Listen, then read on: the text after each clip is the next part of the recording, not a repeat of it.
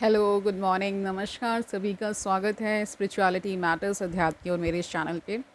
I hope सब अच्छा कर रहे होंगे अपनी लाइफ में, लाइफ को एंजॉय कर रहे होंगे और आजकल जो हम बौद्ध दर्शन कर रहे हैं उससे भी बहुत सारा आनंद ले रहे होंगे। और मैं ये जान पा रही हूँ आपके कमेंट से कि बौद्ध दर्शन आपको बहुत पसंद आ रहा है और आप इससे जुड़ रहे हैं। ठीक है, तो आज हम माध्यमिक शून्यवाद करने वाले हैं, इसके बारे में जानेंगे। बहुत ही चर्चित, ये कह सकते हैं कि ये बहुत चर्चित वाद है।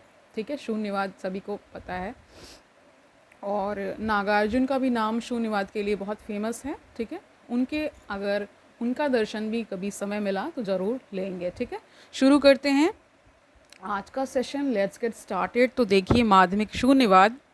शून्यवाद बौद्ध दर्शन के मुख्य संप्रदायों में गिना जाता है। कुछ विद्वानों ने इस मत का प्रवर्तक नागार्जुन को माना है, जो मैंने भी थोड़ी देर पहले बताया ना। इनका जन्म दक्षिण भारत में हुआ था। इनके जन्म का समय दूसरी शताब्दी था। नागार्जुन की माध्यमिक कारिका इस मत का आधार है। अश्वघोष भी, जिन्होंने बुद्ध चरित्र की रचना की, शून्यवाद के समर्थक थे। अब आप ये सब समझ पाते होंगे कि मैं इस वजह से भी बता पाती हूँ क्योंकि मैंने ये पहले पढ़ा हुआ है। ठीक है, मैंने लगभग ये पूरा दर्शन इस पूरी किताब से कवर किया हुआ है और जब आप दोबारा किसी को बताते हैं तो वो जो ज्ञान है वो और क्या हो जाता है, पुख्ता हो जाता है ना। ठीक है, तो आगे जानिए। डॉक्टर चंद्रधर शर्मा ने नागार्जुन को शून्यवाद का प्रवर्तक माना है। यानी कि एक तरह से ये जो दर्शन है शून्यवाद का, ये भी कहाँ से आ रहा है, नागार्जुन को इसका श्रेय दिया जाता है। तो कह रहे हैं कि डॉक्टर चंद्रधर शर्मा ने नागार्जुन को शून्यवाद का प्रवर्तक मानने में आपत्ति प्रकट की। तो इन्होंने आपत्ति प्रकट कर दी। इसका कारण वे यह बताते हैं कि नागार्जुन के पूर्व भी महायान सूत्र में शून्यवाद का पूर्णता उल्लेख था। नागार्जुन माध्यमिक संप्रदाय के सबसे महान दार्शनिक थे। उनके मतानुसार शून्यवाद को संगत रूप में जनता के बीच उपस्थित करने का श्रेय नागार्जुन को दिया जा सकता है। प्रोफेसर विधुशेखर नाम है ना, प्रोफेसर विधुशेखर भट्टाचार्य ने भी नागार्जुन को शून्यवाद का प्रवर्तक नहीं माना है। तो इसमें देखिए कई मत आ गए। मतलब कहने का अर्थ ये है कि कुछ लोग इनको यानी नागार्जुन को शून्यवाद का प्रवर्तक मान रहे हैं और कुछ लोग नहीं मान रहे हैं। तो सबका अपना अपना तर्क है इस पर भी ना, कि कुछ लोग मानते हैं और कुछ लोग नहीं मानते हैं। तो इन्होंने विधुशेखर भट्टाचार्य ने नागार्जुन को मानने से इनकार किया है। उनके मतानुसार नागार्जुन ने शून्यवाद को क्रमबद्ध रूप में उपस्थित किया है। इस विवेचन से प्रमाणित होता है कि नागार्जुन शून्यवाद के मुख्य समर्थक थे। वे एक ऐसे समर्थक थे जिन्होंने शून्यवाद को पुष्पित किया। उनके कह सकते हैं कि उन्होंने उसे संवारा तथा उसे व्यवस्थित रूप प्रदान किया। तो आप ये समझ पा रहे होंगे कि जब भी हम किसी दर्शन को पढ़ते हैं और जैसा हमारा पहले से कुछ विचार भी होता है ना, पहले से हम जो बचपन से सीख रहे होते हैं और फिर एक समय होता है जब हम पूरी तरीके से ये मान के चलते हैं कि हमारा पर्सनालिटी बन चुका है ना। तो फिर हम किन्हीं चीज़ों को पकड़ने लगते हैं, है ना। किसी को जैन दर्शन समझ में आता है, किसी को बौद्ध दर्शन, किसी को वेद उपनिषद। ठीक है, तो सबका अपना अपना चॉइस है और सबका अपना अपना इंक्लिनेशन है, झुकाव जिसे बोलते हैं ना। ठीक है, तो आगे जानिए। अतः नागार्जुन को शून्यवाद का अग्रणी कहना प्रमाण संगत है। तो यहाँ पे इनको अग्रणी कह दिया गया है। साधारणतः व्यक्ति शून्यवाद से यह समझते हैं कि संसार शून्यमय है। दूसरे शब्दों में, किसी भी वस्तु के अस्तित्व को नहीं मानना तथा पूर्णता निषेध को मानना ही शून्य कहा जाता है। परंतु शून्य शब्द का यह शाब्दिक अर्थ है। यानी ये शाब्दिक अर्थ में तो इसको क्या समझ सकते हैं कि कुछ भी न मानना या हर चीज़ को शून्य से कनेक्ट कर देना ना। माध्यमिक शून्यवाद में शून्य शब्द का प्रयोग दूसरे अर्थ में किया गया है, परंतु अधिकांशतः पाश्चात्य एवं प्राच्य विद्वानों ने शून्य शब्द के शाब्दिक अर्थ से प्रभावित होकर शून्यवाद को गलत समझा है। तो ज़रूरी नहीं कि हर कोई सही समझ ले, इसीलिए इतने सारे मत आ जाते हैं, किसी को क्या समझ में आता है और किसी को क्या समझ में आता है।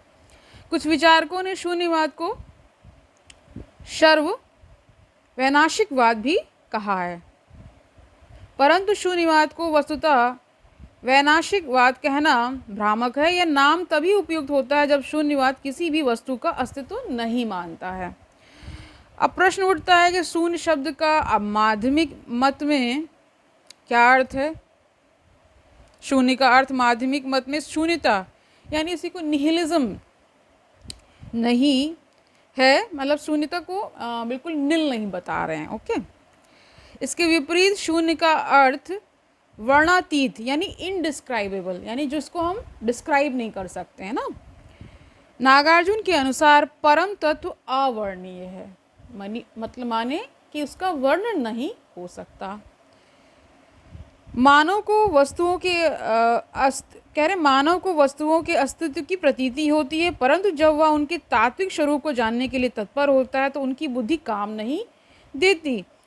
वह यह निश्चय नहीं कर पाती कि वस्तुओं का यथार्थ स्वरूप सत्य है या असत्य है, या सत्य तथा असत्य है दोनों है, या ना तो सत्य है और ना ही असत्य है। ठीक है, तो इसको फिर से जानिए। इनका कहने का मतलब है या तो कोई वस्तु सत्य है या असत्य है, या दोनों है, सत्य असत्य दोनों हो सकती है, या इन दोनों में से भी कोई ना हो। ठीक है, समझ गए। तो कह रहे हैं या तो वस्तु असत्य है या सत्य है तथा असत्य है, मतलब दोनों भी हो सकती है, दोनों नहीं भी हो सकती है, सत्य भी हो सकती है और असत्य भी हो सकती है। चार इसमें इसके कॉन्क्लूजन्स हम ड्रॉ कर पा रहे हैं। Okay fine. विश्व के विभिन्न विषयों को हम सत्य नहीं कह सकते क्योंकि सत्य का अर्थ निरपेक्ष होता है। जितनी वस्तुओं को हम जानते हैं वे किसी ना किसी वस्तु पर अवश्य निर्भर करती हैं। तो इसमें आप इससे अर्थ क्या निकाल पा रहे हैं कि अगर मान लीजिए हम ही हैं, मतलब हम सब जो हैं वो कहीं ना कहीं हमारा जो जीवन भी किस पे निर्भर किया, माता पिता पे, माता पिता की वजह से हम आए। ठीक है, तो इसी तरह उन्होंने एक पूरी श्रृंखला बना दी कि हर चीज़ जो भी जिसकी भी उत्पत्ति हो रही है वो किसी ना किसी पर डिपेंड कर रही है, होने के लिए भी।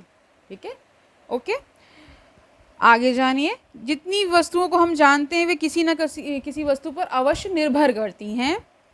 विश्व की विभिन्न वस्तुओं को हम असत्य भी नहीं कह सकते क्योंकि वे प्रत्यक्ष होती हैं।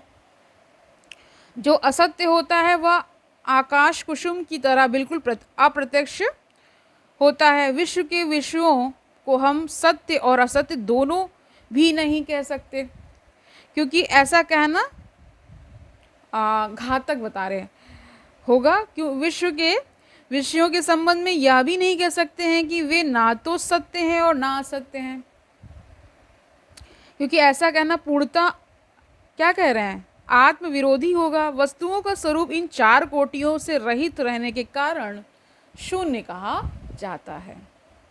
ठीक है, आप इसको क्रैक करिए। जब ये पूरा सेशन कंप्लीट हो जाएगा उसको इस वीडियो को दोबारा से देखिएगा और चिंतन की अवस्था में जाइए, एकांत में बैठ जाइए और इस पर चिंतन करिए।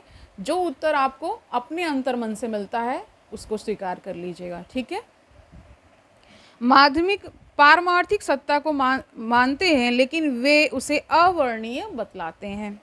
उदाहरण के लिए हम कह सकते हैं कि वे प्रत्यक्ष जगत के परे पारमार्थिक सत्ता को मानते हैं लेकिन वे उसे वर्णातीत कहते हैं, यानी जिसका वर्णन नहीं होता ना, जो वर्णन से परे है।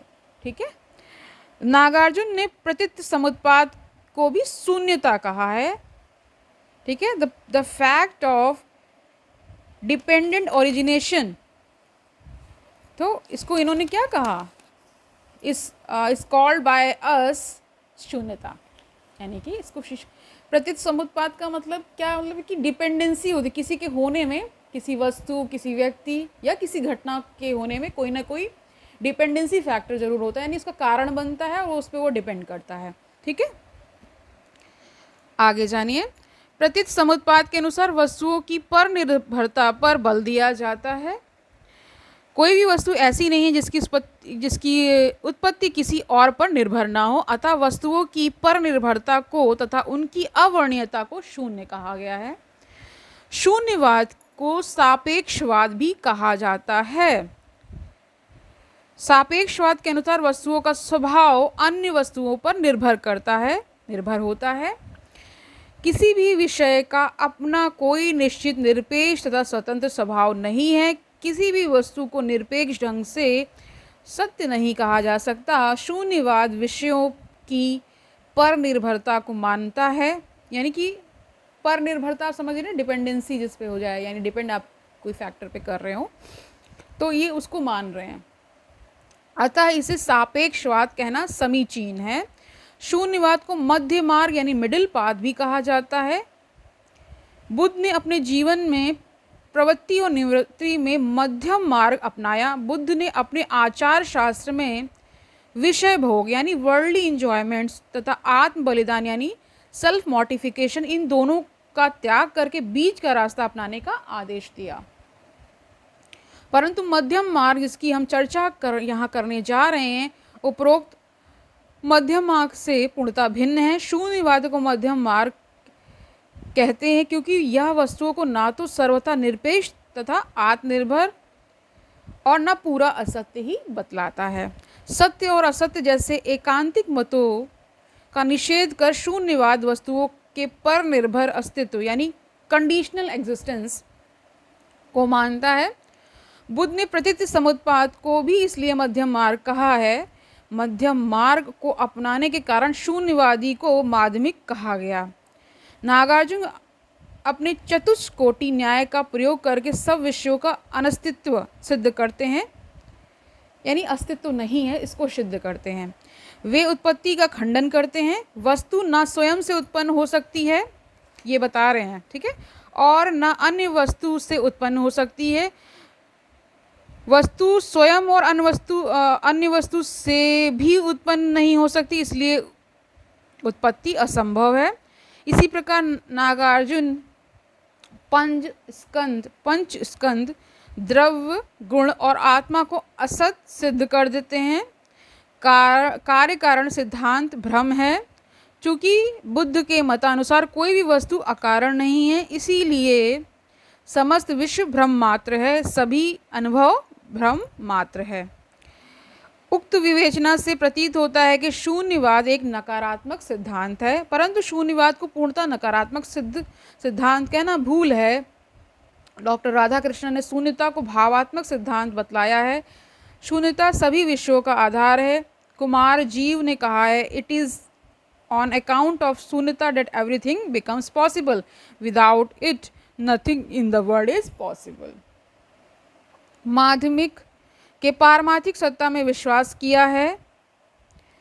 उसके मतानुसार प्रतीत समुत्पाद या अनित्यवाद दृश्य जगत के लिए लागू है। दृश्य जगत के सभी अनुभव सापेक्ष हैं, परंतु निर्वाण में जो अनुभूति होती है वह पारमार्थिक है, नित्य है तथा निरपेक्ष है। यह अनुभूति दृश्य जगत से परे है। यहाँ पर यह कह देना आवश्यक होगा कि नागार्जुन दो प्रकार के सत्य को मानते हैं, ठीक है। वे हैं संवृत्ति यानी इम्पीरिकल सत्य या साधारण मनुष्यों के लिए है जो आपको महसूस हो रहा है ना। दूसरा बताया पारमार्थिक यानी ट्रांसेंडेंटल ना, यह सत्य या निरपेक्ष रूप से सत्य है। तो इन्होंने संवृत्ति सत्य बताया, दूसरा बताया पारमार्थिक सत्य बताया, ठीक है। नागार्जुन ने कहा है कि जो व्यक्ति इन दोनों सत्य के भेद को नहीं जानते वे बुद्ध की शिक्षाओं के गूढ़ रहस्य को समझने में असमर्थ रहते हैं। संवृत्ति सत्य पारमार्थिक सत्य को प्राप्त करने का साधन है। संवृत्ति सत्य अविद्या मोह आदि भी कहलाता है या तुच्छ है। संवृत्ति सत्य भी दो प्रकार का होता है जो निम्नांकित है, तथ्य संवृत्ति और मिथ्या संवृत्ति। ये दो इसका वर्गीकरण है। संवृत्ति सत्य का ही दो और सब पार्ट्स एक तरह से कह सकते हैं आप। या तो तथ्य संवृत्ति में क्या बता रहे हैं, यह वह वस्तु या घटना है जो किसी कारण से उत्पन्न होती है। इसे सत्य मानकर सांसारिक लोगों के व्यवहार होते हैं, इस प्रकार यह लोक का सत्य है, यानी इसी लोक का जो सत्य है उसे बोल दिया। मिथ्या संवृत्ति क्या बता रहे हैं, यह वह घटना है जो कारण से उत्पन्न होती है ना, परंतु इसे सभी सत्य नहीं मानते। दूसरे शब्दों में इससे लोगों का व्यवहार नहीं चलता। पारमार्थिक सत्य की प्राप्ति निर्वाण में होती है। निर्वाण की अवस्था का वर्णन भावात्मक रूप से संभव नहीं है। हाँ, इसका वर्णन निषेधात्मक रूप से ही हो सकता है। नागार्जुन ने निर्वाण का नकारात्मक वर्णन किया है। उन्होंने कहा है कि जो अज्ञात है, जो नित्य भी नहीं है, जिसका विनाश भी संभव नहीं है, उसका नाम निर्वाण है। माध्यमिक शून्यवाद का दर्शन शंकर के वेदांत अद्वैत से मिलता जुलता है। नागार्जुन ने दो प्रकार से सत्य संवृत्ति और पारमार्थिक सत्य को माना है। शंकर के वेदांत दर्शन में संवृत्ति सत्य और पारमार्थिक सत्य के समानांतर व्यवहारिक सत्य तथा पारमार्थिक सत्य को माना गया है। ये आगे आप जब पढ़ेंगे शंकराचार्य का दर्शन तब हम लोग जानेंगे डिटेल में, ठीक है। इन दो प्रकार के सत्यों के अतिरिक्त शंकर प्रतिभासिक सत्य यानी जिसकी सिर्फ प्रतीति होती है को भी मानते हैं। नागार्जुन ने सभी विषयों को पारमार्थिक दृष्टिकोण से ही असत कहा है। शंकर ने पारमार्थिक दृष्टिकोण से ईश्वर जगत है ना, ईश्वर जगत को असत और माया मान लिया है, ठीक है। माध्यमिक शून्यवाद और शंकर के दर्शन में जगत को एक ही धरातल पर रखा गया है। नागार्जुन वस्तु जगत को असत्य मानते हैं। शंकर ने भी जगत को सत्य नहीं माना है। नागार्जुन ने पारमार्थिक सत्य का नकारात्मक वर्णन किया है। शंकर ने भी पारमार्थिक सत्य ब्रह्म का नकारात्मक वर्णन किया है। नागार्जुन का शून्य और शंकर का निर्गुण ब्रह्म एक दूसरे से बहुत मिलते जुलते हैं। इन समानताओं के कारण कुछ विद्वानों ने शंकर को प्रच्छन्न बौद्ध कहा है, यानी बुद्धा इन डिस्गाइज कहा है, ठीक है। तो आज के लिए इतना ही रखते हैं। आप ये समझ पा रहे होंगे जब हम कंपैरिजन भी करते हैं ना, तो बहुत सारी सिमिलैरिटीज़ एक दूसरे दर्शन से मिलती हैं ना, जैसे कि यहाँ पे नागार्जुन का और शंकराचार्य जी का एक तरह से कुछ कुछ उनके दो दर्शन में समानता मिलती है। तो कल हम क्या लेने वाले हैं, योगाचार विज्ञानवाद को जानेंगे, ठीक है। इसको डिटेल में करने वाले हैं। आई होप आज का सेशन आपके लिए कल्याणकारी रहा होगा। आपने बहुत कुछ सीख लिया है, आपने नए नए शब्दों को भी जाना है और इस ज्ञान जो अत्यंत ही गूढ़ है उसको आप धीरे धीरे ही सही समझ पाएंगे, ठीक है। जितना आप इसमें इस ज्ञान के कह सकते हैं सागर में आप डूबते जाएंगे उतना पार होते जाएंगे, ठीक है। कल मिलते हैं, तब तक आनंद से रहिए, सुखपूर्वक अपना जीवन व्यतीत करिए, दूसरों को सुखी करिए और ये भी याद रखिए कि बौद्ध दर्शन कितना आवश्यक है। कल मिलते हैं, तब तक के लिए हरि ओम तत्सत।